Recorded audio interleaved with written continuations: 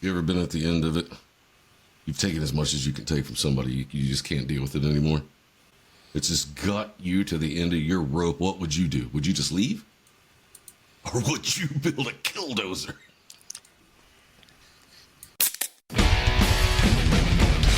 It's evil! Don't touch it! It's alive! I was with you.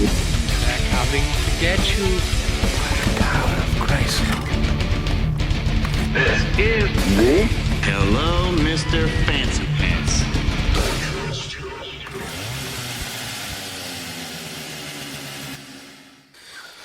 Hey, everybody. Welcome back to Hello, Mr. Fancy Pants. Lindy, how are you doing? I am good. I will apologize.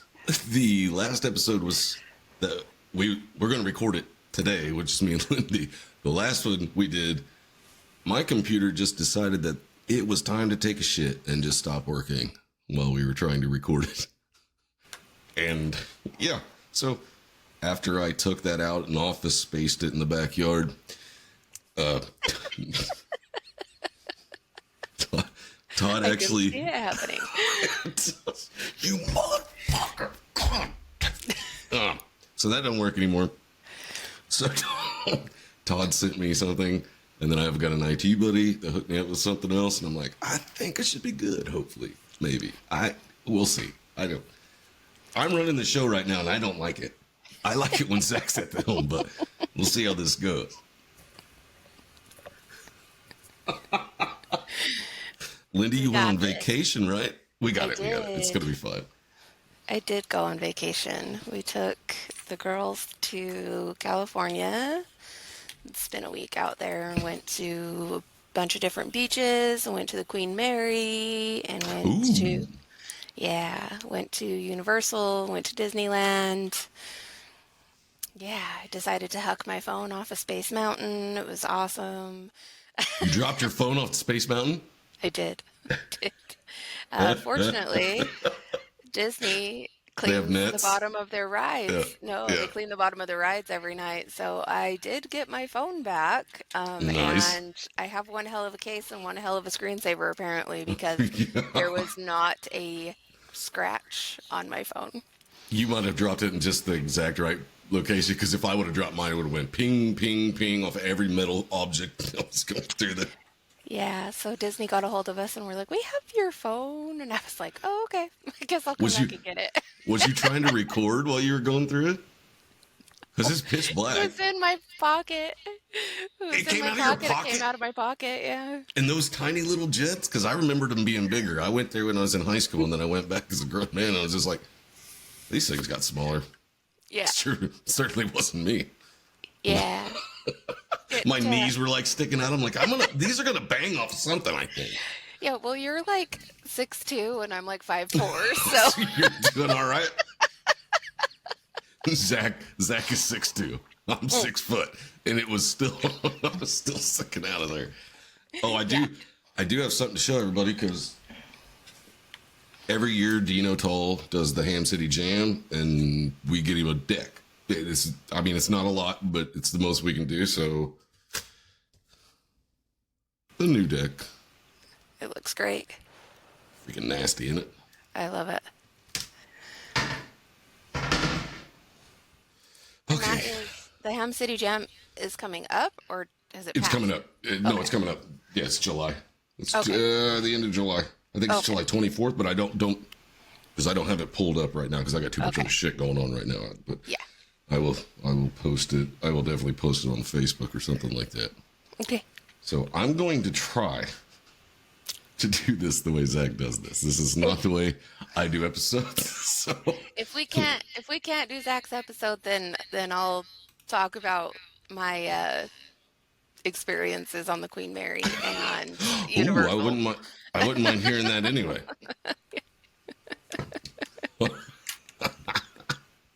Marvin Heemeyer was a man of many talents, especially when it came to engines and welding. After serving in the Air Force, he settled in Colorado, where he became a successful muffler shop owner and a snowmobile enthusiast, tearing up the trails with his buddies. Okay. However, property disputes and municipal red tape pushed Marvin over the edge on June 4th, 2004, in a move straight out of a Hollywood blockbuster. He transformed a bulldozer into his very own Killdozer, leaving a path of destruction that put Granby, Colorado on the map for all the wrong reasons, with a sense of justice that was unyielding as his custom armor plate.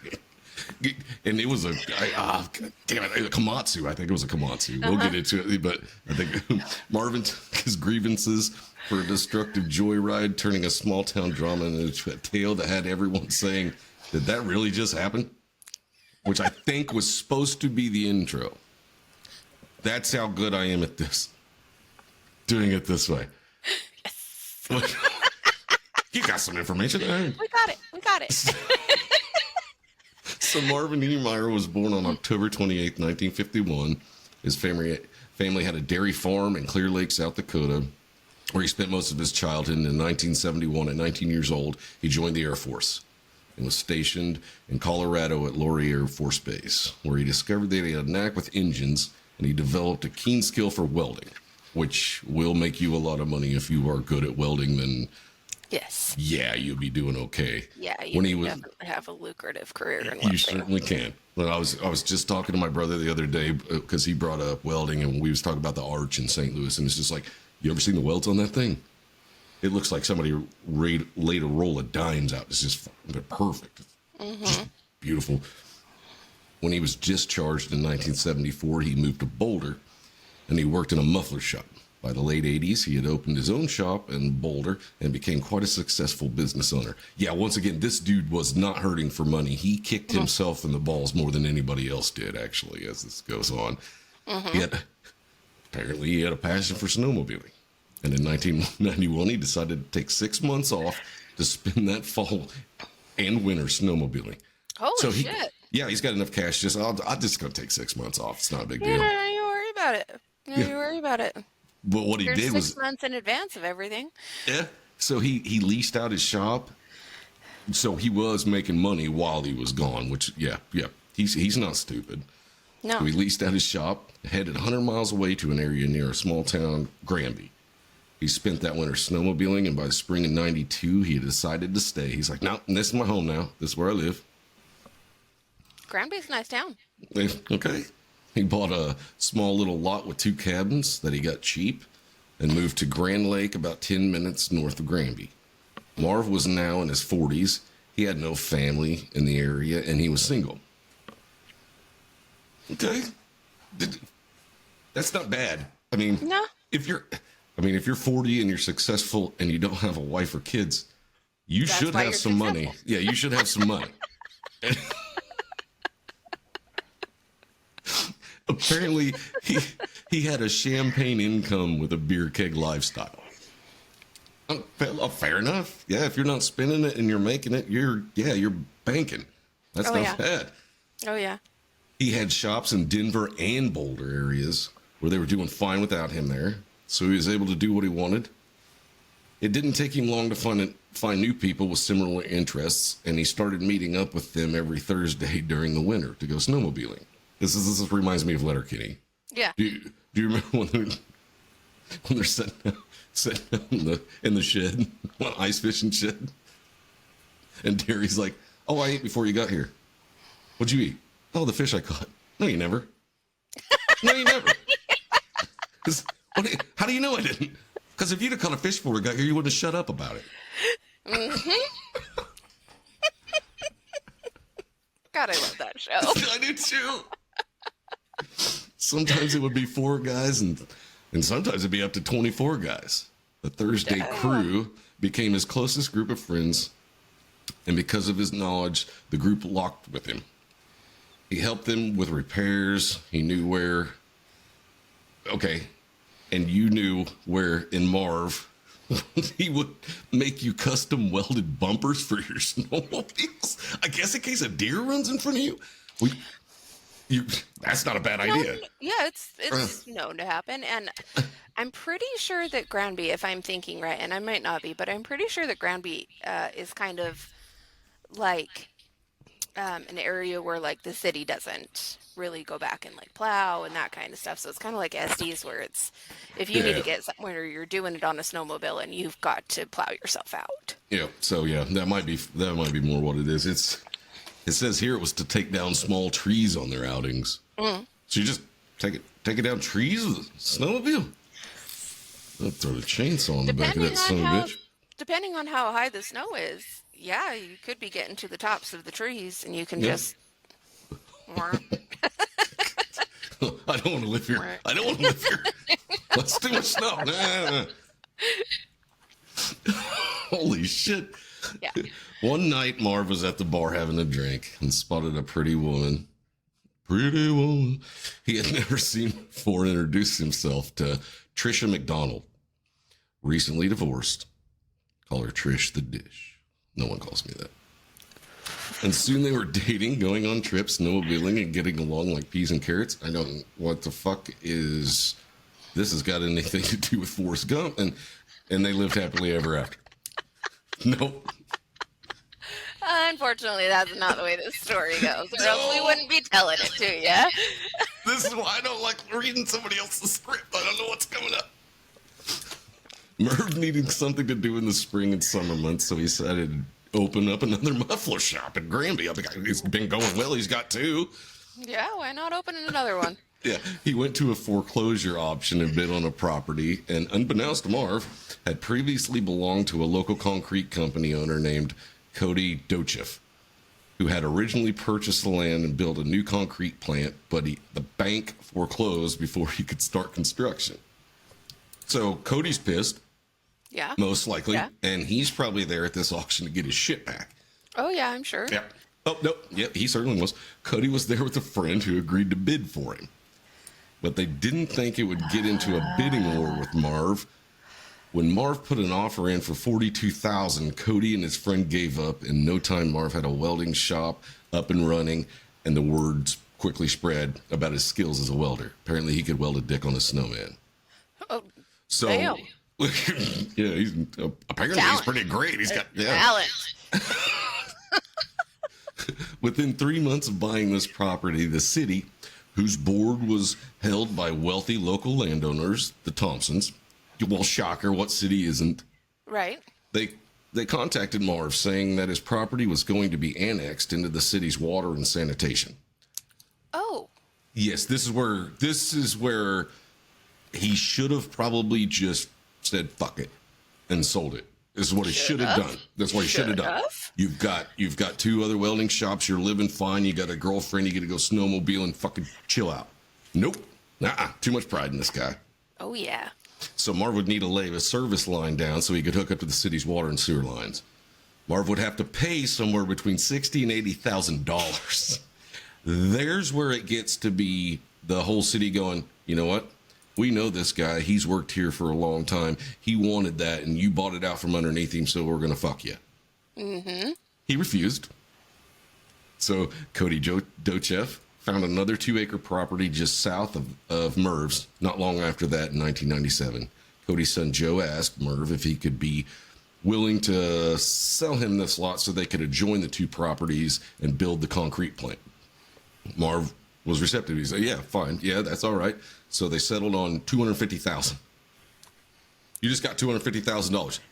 Sell the other one too and fuck off. Yeah. That's what I would have done. I'd be like, fuck, $250,000. I ain't working again. I'm good. I can live on that. See you later, dude. Pieces. This guy's, I don't know if I've ever met anybody more angry than me, but this dude was definitely way more angry than me. Because I was like, $250,000? Yeah, I'm good. I'll pay the house off. Freaking get me a small job where I don't have any super fucking work that I have to do, and I don't have a lot of stress on me, and I'm still making a little bit of money. Yeah, fuck, it sounds awesome. Well, he had a side hustle anyway. So... Exactly, he had two of them. Yeah. Yeah, two other businesses that was making him money while he was doing this. And then just made $250,000. Two businesses, and then he still had that side hustle of modifying people's snowmobiles. Yeah, and if that makes you happy, why wouldn't you just be like, yeah, I'm just going to do that? Start your own little shop where it's just like call ahead of time and be like, oh, if you're going to bring in your snowmobile, yeah, I'll hook you up. Yeah. All of it sounds great to me, other than what happens. Yeah, So we're not After- into it yet. no. After the city gave the preliminary approval for Cody's plans, Marv raised his asking price to, guess what? $250 wasn't enough. He was still angry that the city wanted him to pay for things, so he only raised it by, $125,000 more. So it's up to $375,000. Claiming that it was worth more now that the city council and the town were on the board. It was more than they were willing to pay, so instead they bought a 22-acre lot west of Marv's shop. Marv started taking all of this personally. Well, you tried to fuck him pretty hard. Oh yeah, Is what you did because he runs on spite. This whole story, I know that. Spite is driving this sumbit. He became more and more angry. Yeah, but he also started it. I mean, I get it. You did win something at an auction fairly. Mm-hmm. You outbid him.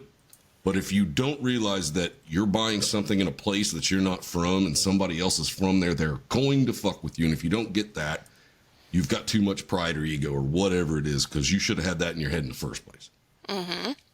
So he becomes convinced that the Thompsons and the Dochefs were working together to push him out. they were. And they were, yeah. And he wasn't about to let him get away with this, doing this to him. So the summer of 1999, the town held a meeting about rezoning. And I wonder what happens here. The area where Marv's shop and Cody's property were located were industrial. Marv went door to door, gaining signatures to stop the concrete plant project. And it went, for a while it worked, but many townspeople were concerned about the noise and dust that would be coming from the plant. Well, that makes sense. Mm-hmm, mm-hmm. If a concrete plant opens a block away from me, I'm going to be like, that's going to suck. Everything in your yard has now got chunks of concrete in it because the concrete is mixing in the air with the wind picks up. moisture and Our house is now gray. Mm-hmm. It's now gray. Oh yeah. So after several adjustments to the plans, Cody was granted permission to begin the project. Marv hired an attorney, filed a lawsuit against the county and the Dochefs. Then the city revisited the issue of the water and sewage connection to Marv's shop. So they're like, oh, okay, yeah. Go ahead and file your lawsuit. You still haven't done this that we told you to do. Mm-hmm. So, rock, hard place, Marv. Yes. And until he hooked up to the city lines, his business was closed. So, yeah, you're still paying on it, but you can't make any money because you can't be opened. Oh. Yeah. To tie into the lines, he would have to go through an easement on the property that was currently owned by Cody Dochef. So the dudes that you just fucked out of what they wanted to buy, and then try to fuck them. Go beg to them. Yeah, and then try to fuck them on selling them what they wanted. Now you have to go through them to get your business running. I get why he's pissed, but also should have hauled ass. Yeah. Yeah. So if Marv would drop the lawsuit, they was going to agree to it if he dropped the lawsuit. Mm-hmm. Mm-hmm. But this hard ass motherfucker wouldn't. He's like, no, I ain't dropping the lawsuit. That's all you had to do was drop the lawsuit, and they would have gave you the easement. Your thing would have been up and running, and you could have sold it and made more money and left. Yep. No, we can't have it. In 2001, in district court, the case fell in the favor of the city and Cody. Shocker. And Marv reached the end of his rope. The legal case, let me tell you something. The legal case cost him $150,000. If he would have just... And he didn't get that money because they didn't buy it. So he doesn't have that money. Plus he's spending money. He's not making money. He was a dick. Wouldn't drop the lawsuit. So now he's got to pay, what was it? What they want, $80,000 or what was it? Close to $100,000 to get that line set up so that you could actually function. And then he fucked over the only people that was going to be able to allow him to do it. Genius. Yeah, real meta genius.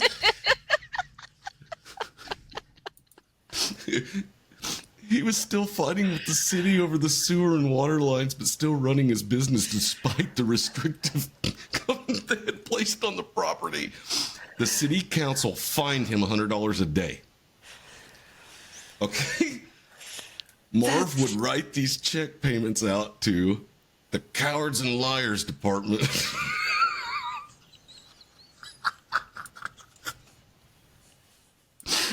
Oh my God. I know. Okay. His friends and girlfriend would listen to him rant about it, but they had no idea how far he would actually take it. No, I'm sure they did. I bet he didn't shut up about it. He was, I'm sure. Yeah. He would spend Men like hours. that don't. No. Once you get a guy to that point, it's like falling down. He's like, I just want to make it to my son's birthday party. Yeah. He would spend hours in his hot tub and think about what the city council and Cody were saying behind his back. Why didn't you just spend hours in the hot tub with the brewski when you got that $250,000 from those guys for selling it? God, some people make shit so much harder than it has to be. And I bet he was just the whole time just stewing, just plotting in his head. What are they saying about me? This is what I'd say to them. This is how the fight would go. Yeah. Well, he certainly had to make the fight go in his favor, I guess. Yeah, that's what he was wanting. He was slowly going crazy. He called things off with his girlfriend after he caught her smoking a cigarette after she had quit. Well, it's probably because she's fucking exhausted of listening to your fucking ass. Yeah. She's like, oh, jeez. Wait, one more fucking tale about that sewer line. Oh, jeez, I can't fucking... His memory slowly changed to more of an alternate version of events. Shocker. He claimed that Cody had chewed him out at the auction of the property, and that never happened. Or the local newspaper guy hated him because he said he would do an article on the muffler shop, and he never did. Oh, well, yeah. Well, he probably... bastard. Yeah, he probably said he would until he found out that you fucked over some of his buddies. I wouldn't have done an interview with you either. Mm-hmm. That was just because he got busy and he felt so bad he had let Marv run a free ad in the paper. He even let him run a free ad because he felt bad because he missed it. But Marv's just like, nah, you fucked me. You're going down too, son of a bitch. I am going to have all of you. Marv's truth became more important and he soon started to lose his marbles. He felt lost. And then he had a delusional empathy. God wanted him to make these corrupt sons of bitches pay for what they had done to him. Oh, no. And he was the man for the job. Okay, here's a little word of advice to everyone, just real quick. If God is telling you to do it, it's not happening. You are insane. Go get help. You can talk to God all you want if it makes you feel good. If he's talking back, you might be crazy. Yeah. Like, seriously, have you listened to any of our stories? Right. Go get help. How many? Go get help. Almost everyone I've told. Yeah. If God talks to you and he tells you to chill out and sit down, yeah, probably him. Yeah. If he talks to you and says, build a bulldozer and kill everybody, probably not him. Yeah, No, probably not him. You're yeah. crazy. Maybe go seek some mental assistance. Please, this dude is so beyond that. He's like, they ain't telling me what to do either. I'm going to fucking show them. I'm going to show them that I'm the man. So in the summer of 2002, he traveled to California and bought a Komatsu bulldozer. It was a Komatsu. Oh, man. In an auction for $16,000. So here he's spending more money. He had it shipped to Granby in July of 2002. So I don't know what that cost to ship, but I bet it was expensive. Oh, yeah. Yeah. Oh, yeah. He kept it outside of the front of his business for a sale sign on it and tried to auction it. Most people didn't pay any attention to it. And in October 2002, he announced the closure of his muffler repair business. Yep, pulling almost all the inventory up for sale. When the bulldozer failed to sell, he saw a sign from God. He had started his mission. He sold his property. Now, get this, Lindy. He sold his property for $400,000 to a trash company in October of 2003. Okay. And he took out a lease for half of the building he previously owned until he had finished some work. So you just made $400,000. Yeah. Why are you angry? Just go sit in the hot tub and think about I don't even care what they're saying. I've got $400,000. Yeah, for real. Go drive your snowmobile. Yeah. What do you think home the and interest chill. is going to look like in the bank, dude? Fuck. Take it easy. Especially then. Yeah. Within a day of the purchase closing, the new owners had completed the water and sewer connections. It took them one day. And he's Oh my had it for God. years and just wouldn't fucking do it. He erected a wall to separate his space from the rest of the building and changed the locks. While no one in Granby saw this, he quietly worked on the bulldozer, illegally constructing living quarters to avoid having to return to his home in Grand Lake, which he saw as a waste of time that couldn't be spent on his bulldozer. So, dude, this is it. This is my life now. I'm going to do this. So during this period, he dumped his sewage into the same irrigation ditch. Wait, hang on.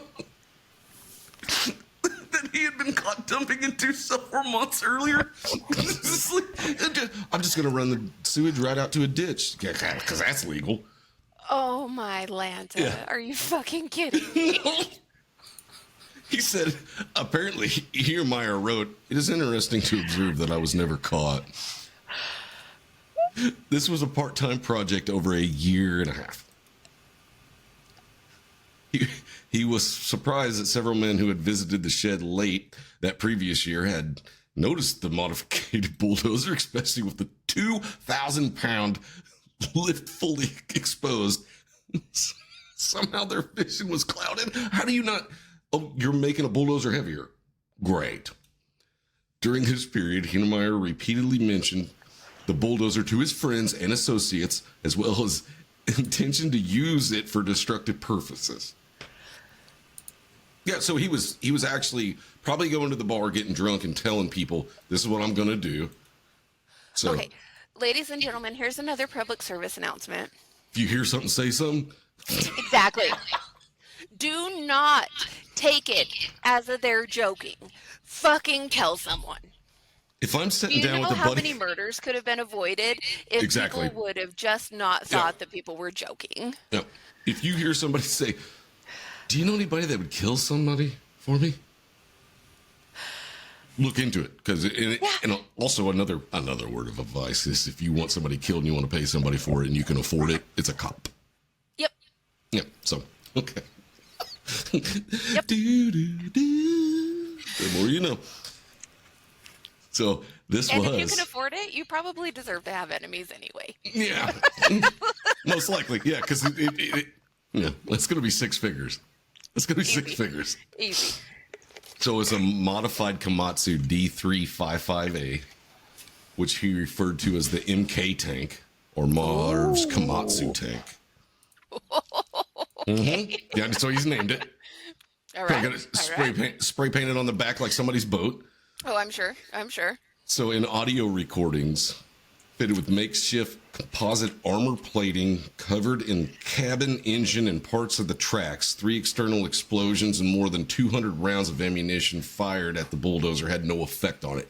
So what I'm gonna go ahead and say that I'm not gonna read Zach's thing here, because I actually do remember this. He and it probably will pop back up, but he had it lined with concrete. The cabin was aligned with concrete. He had air conditioners in it, and so for visibility, he had cameras mounted around it, so that inside he could still drive it. And then he had armor plated like plexiglass stuff in front of the cameras in case they took a bullet, where he could still see where he was going. Yep. For visibility, the bulldozer was fitted with several video cameras linked to 2 monitors mounted in the vehicle's dashboard. The cameras were protected on the outside by 3-inch shields of clear bulletproof Lexan.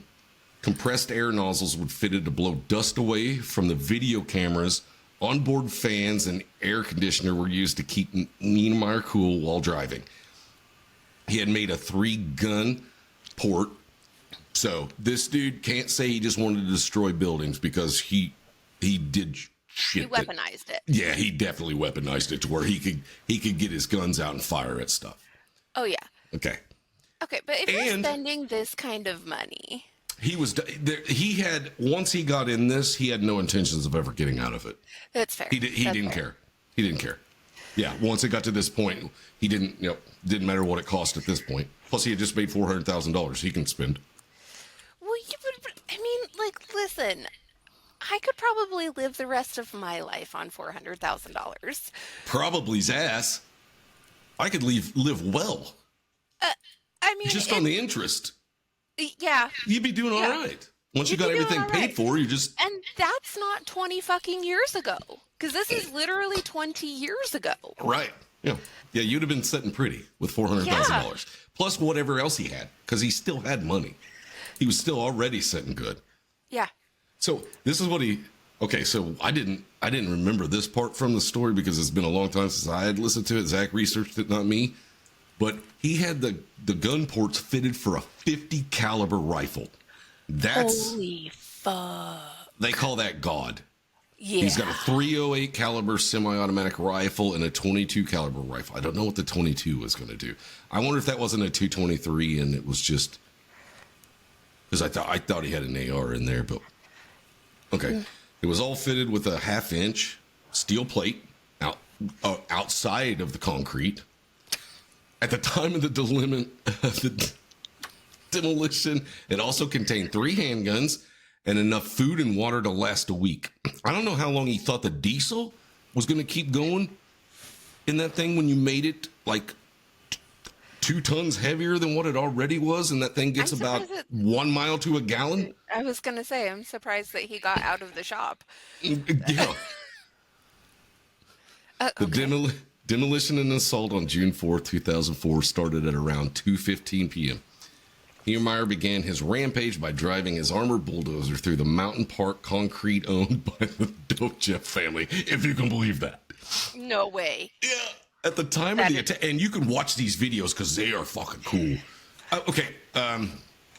They're crazy, but still kind of cool because the Cody Dochev was at the concrete plant and he was screening topsoil at the gravel pit when he got a notification over his radio that there was an explosion. Yeah, at the precast shop. Several employees attempted to stop the bulldozer by cramming objects into the treads in order to jam it.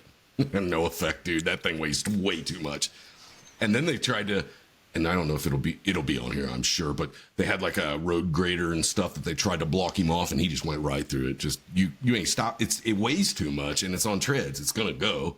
You're gonna get out of the way. You're sitting on tires, and you don't weigh near what that thing does. That's how it works. Nope. Yeah. So I Cody, mean, buildings aren't gonna stop this thing, let alone equipment and shit. There's no. One building does, but it's by pure accident that he ran into the wrong part of it. So Cody, initially believing the bulldozer should be under remote control, fired a pistol at it and attempted to climb on top to no effect. Well, yeah, no effect. You wouldn't even be. That door was locked. He had concrete on the door to get in it. You weren't getting in the thing. No. He had set it up to. It was his. He's dying in there via suffocation. He's not. He can't even open it to get back out. He's done. He created his own tomb. The pistols weren't in there to fire at other people necessarily. It was to... Yeah, it was to end itself. Yeah. Okay. Before engaging the bulldozer with his own front end loader, again, no success, of course. During this time, Heemeyer fired several rounds at the loader, and a deputy from the sheriff's office arrived on the scene, followed by Colorado State Police trooper, who was fired upon by Heemeyer. Now, he was firing... But he was firing at these gas tanks, these natural gas tanks. That's what he was wanting to shoot because he wanted them to blow up that concrete plant. So he can't say, no, I just wanted to destroy some buildings. He didn't care who died because he wanted to, Yeah. He was straight up going for it. I'm going out and I'm taking as many of you people as I can with me. That's exactly what that was. Okay. So they were attempting to destroy the cameras with gunfire, but they were unable to penetrate that 3-inch bulletproof plastic. At one point, Heemeyer charged at a firing position occupied by several state troopers who evacuated mere seconds before he demolished it. Yeah, he just drove through cars, those police cars. They were behind it shooting at him. He's like, oh, okay. Fucking go right through it. With one eyewitness noting that they had taken any longer, they would have been killed. Like if they hadn't hauled ass. Yeah. So, After the concrete plant, Heemeyer turned onto a Gate Avenue and headed south towards town at approximately 5 miles per hour, which he's probably burning so much diesel, it's ridiculous. Yeah. I don't know how it went as long as it did, seriously, before he ran out. I don't know if he updated the tank. I don't know if he made it. He had to have modified He probably had tank. to. Yeah, he probably had to add an extra one or something. At least one. At least, yeah. And you're running an air conditioner and you got all this other shit running. Yeah. Oh, Okay. yeah. So the officers at the plant requested a reserve 911 call to all residents in order to, get the fuck out. Yeah. Fucking Evacuate leave. the city.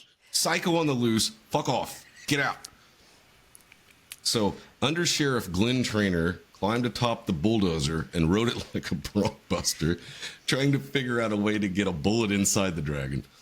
He also dropped flashbang grenades down into the bulldozer's exhaust pipe with no apparent effect, and later forced to jump down to avoid debris. Do you know how hot that already is? A flashbang grenade is not going to make it that much warmer. No. It's already 1 billion degrees. Okay? Yeah. Heemeyer then advanced on to Granby Town Hall, which he had been hosting a story hour for children in its library when the rampage began. And it's it works. Well, it doesn't work out. It's not as bad as you think. All occupants were only evacuated moments before Heemeyer reached the building. See, it's moving at 5 miles an hour. You should be able to get out in front of that. Okay. I would think so, but what I'm picturing right now is like the Austin Powers scene where he's like, "Get out of the way! Get out of the way!" And he's still like, Yeah. a mile and a half away from him, and he's moving it less than a mile an hour. Or Deadpool, when he's on the Zamboni getting ready to run the guy over, he's like, "I'm going to kill you in 5 minutes."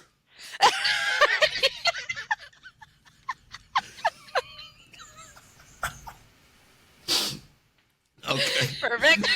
Yeah. Heemeyer reached the building an hour after the rampage began. Heemeyer turned the library savings bank, where he aimed at the corner office where a woman who was a part of the zoning board worked. Yeah, I remember you, bitch. I'm coming. Police forces were unable to damage the bulldozer. Yeah, of course they weren't.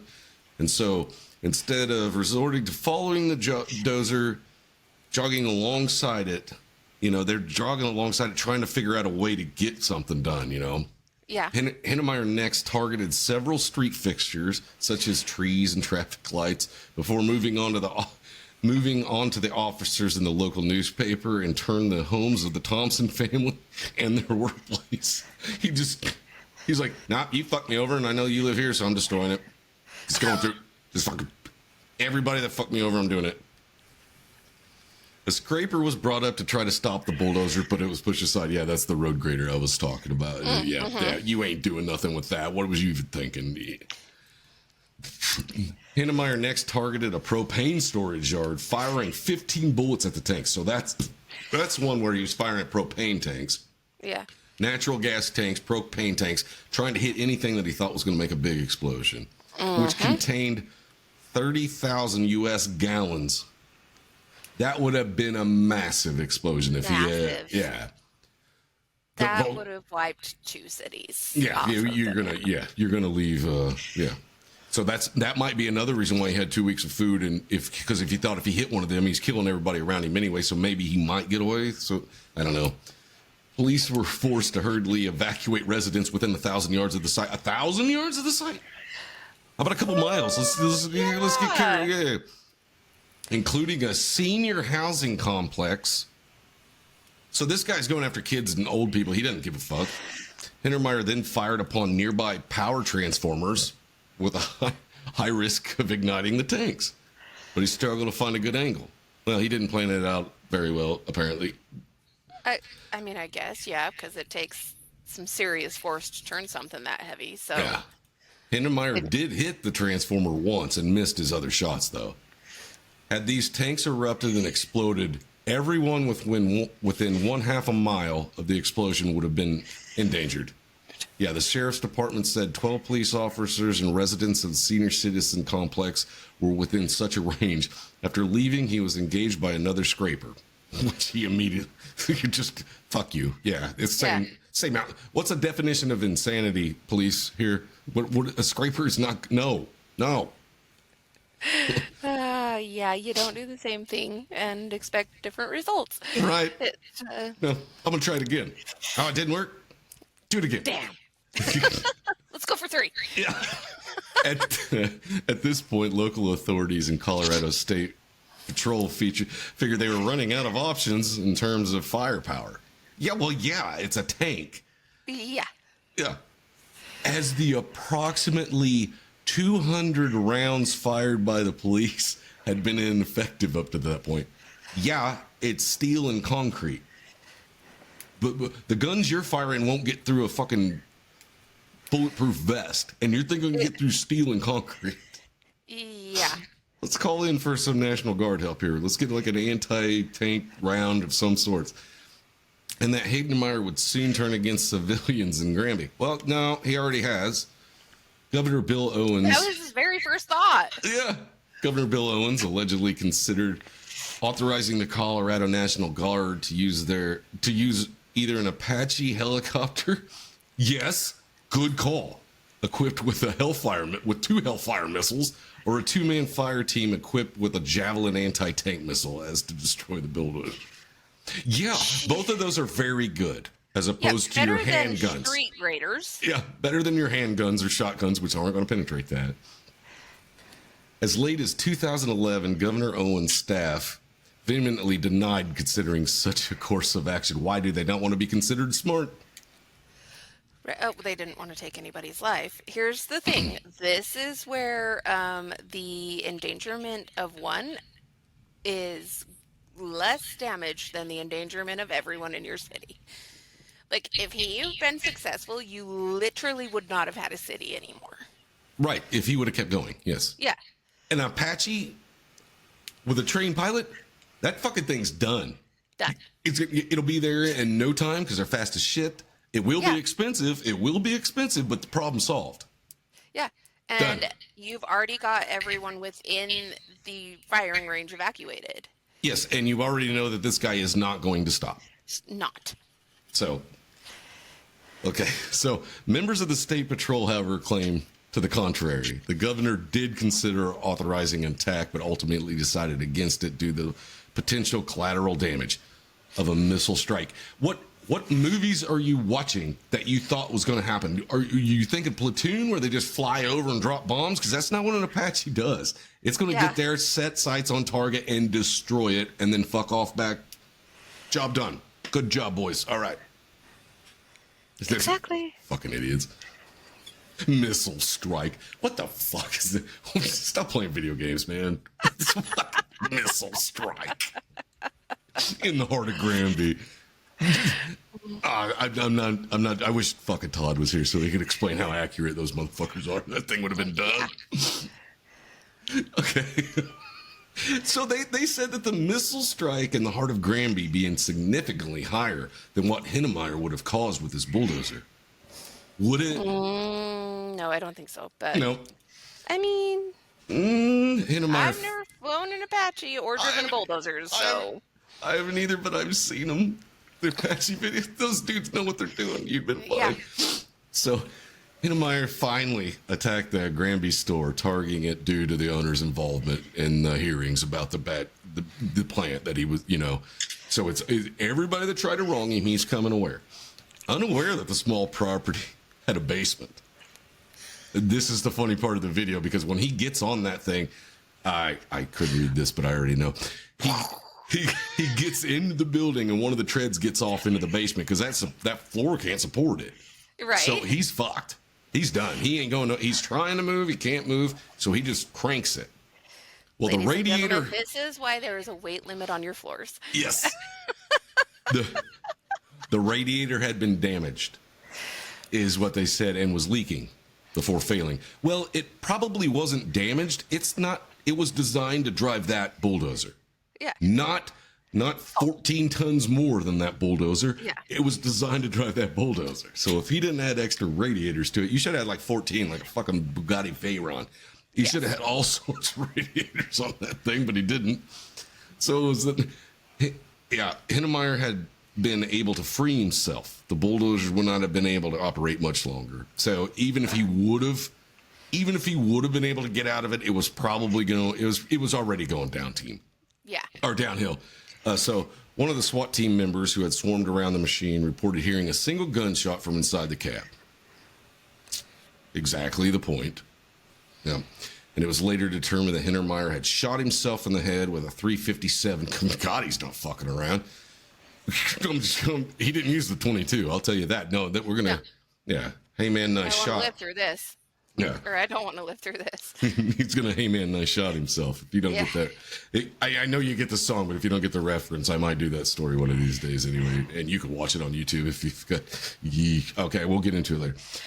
Police first used explosives in an attempt to remove the steel plates from the rear of the booby traps. But after the third explosion failed, they cut through with an oxyacetylene cutting torch. Yeah, well, that's what you're going to have to do. After getting inside, they found the access hatch and enough food and water to last a week. Grand County Emergency Management Director Jim Holohan, stated that the authorities were able to access and remove Heemeyer's body at 2 a.m. the next day on June 5th. It took them that fucking long to get into it.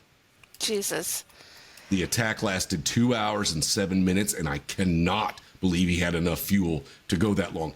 He had to have had extra fuel tanks. There's no fucking way. That thing being that heavy, driving 5 miles an hour, blowing in all this shit, doing what he's doing, pushing shit out of the way.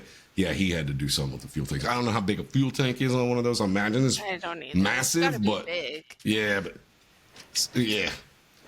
11 of which were what does it say? Damaging 13 buildings, 11 of which were occupied until moments before their destruction.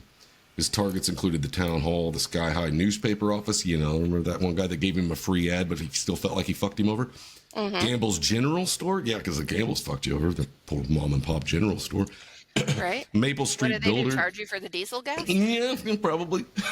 Maple Street Builders, Mountain Parks Electric Company, Liberty Savings Bank, Copycat Graphics, the wall of his former business, the home of a former mayor, in which the mayor's 82-year-old widow then resided. You know, I don't give a fuck who's in there. I'm coming after you. And a hardware store owned by another man, Heemeyer named in his lawsuit, as well as a few others. The rampage knocked out natural gas service to the town hall and the concrete plant, damaged a truck, destroyed part of a utility service center. As a part of the rampage, Heemeyer destroyed several trees outside a local business that the owner had previously claimed were hurting his business. Okay. The damage was estimated at $7 million.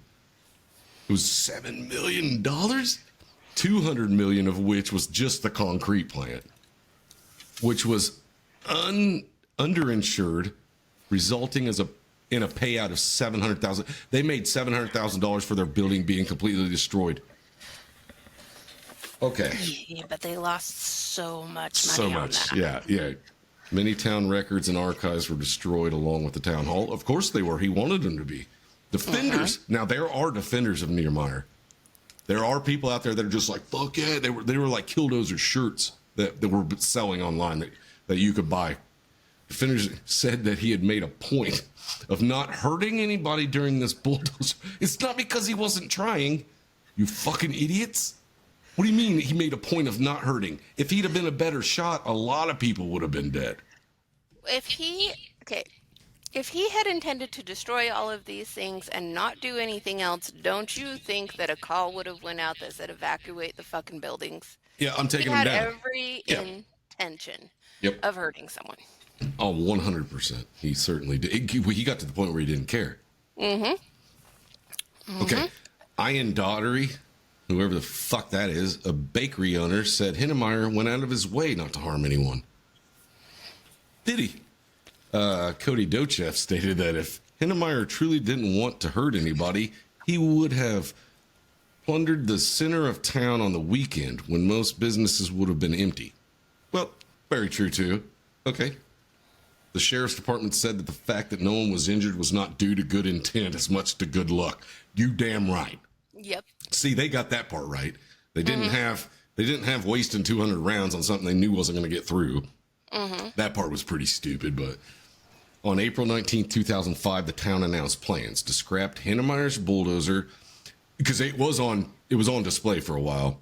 The plan involved dispersing individual pieces to many separate scrap yards to prevent souvenir takers. Like, they did have it to where you could come check it out, and I imagine there was people out there with acetylene torches trying to take pieces off of it so that they could take it home.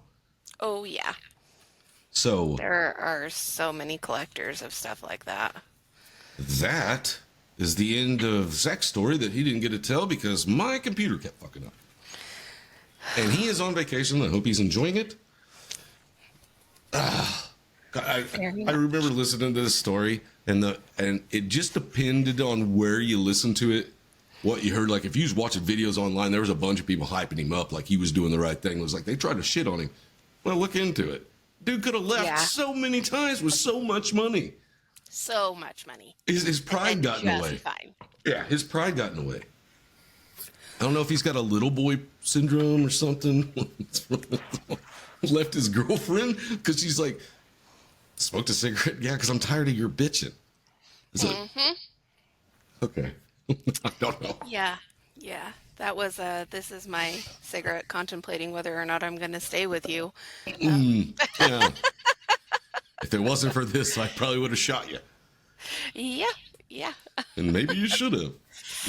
I'm just glad nobody died in the ordeal, which is I think that's a lot of reason that people can say that it was justified or think that it was justified because nobody actually died.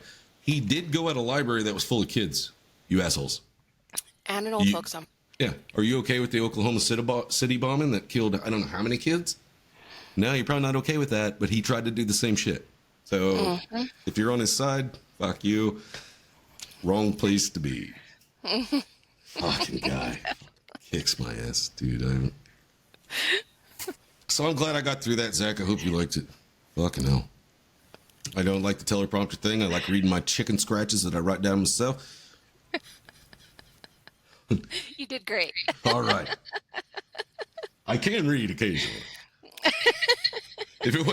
I'll tell you what, if it wasn't for Todd sending me this computer and I got this big ass screen, if I was doing that off the fucking laptop, I'd have been like, and then I'd have looked like Gilbert Gottfried the whole time. And then he said,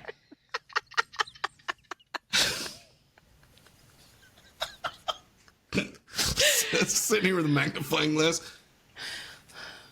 And 1987? The episode would have been 37 hours long. Yeah.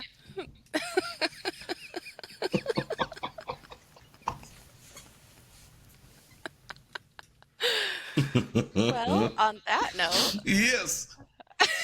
It's time to wrap. Oh my God. Everybody, please like, rate, and review. And don't forget to leave a review on Spotify. We super appreciate it, and it helps get us out there. Totally easy to do. 5-star that. No writing. You don't have to write anything. If you are listening on the iTunes thing, you could write something and be like, fucking Killdozer. No, you probably can't put that in there. They probably wouldn't let you do that. You just put, I like ghosts. Yeah. There you go. I like ghosts 5 stars. We don't really care what it says as long as it's nice. Just don't hurt my feelings.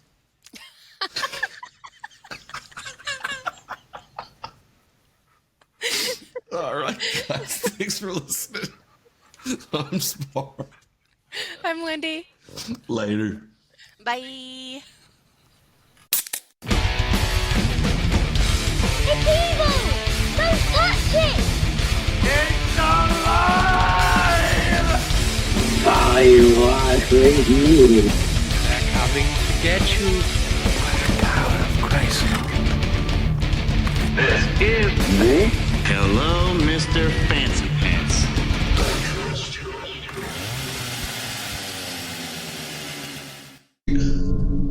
What's my line, Zach? What's my line?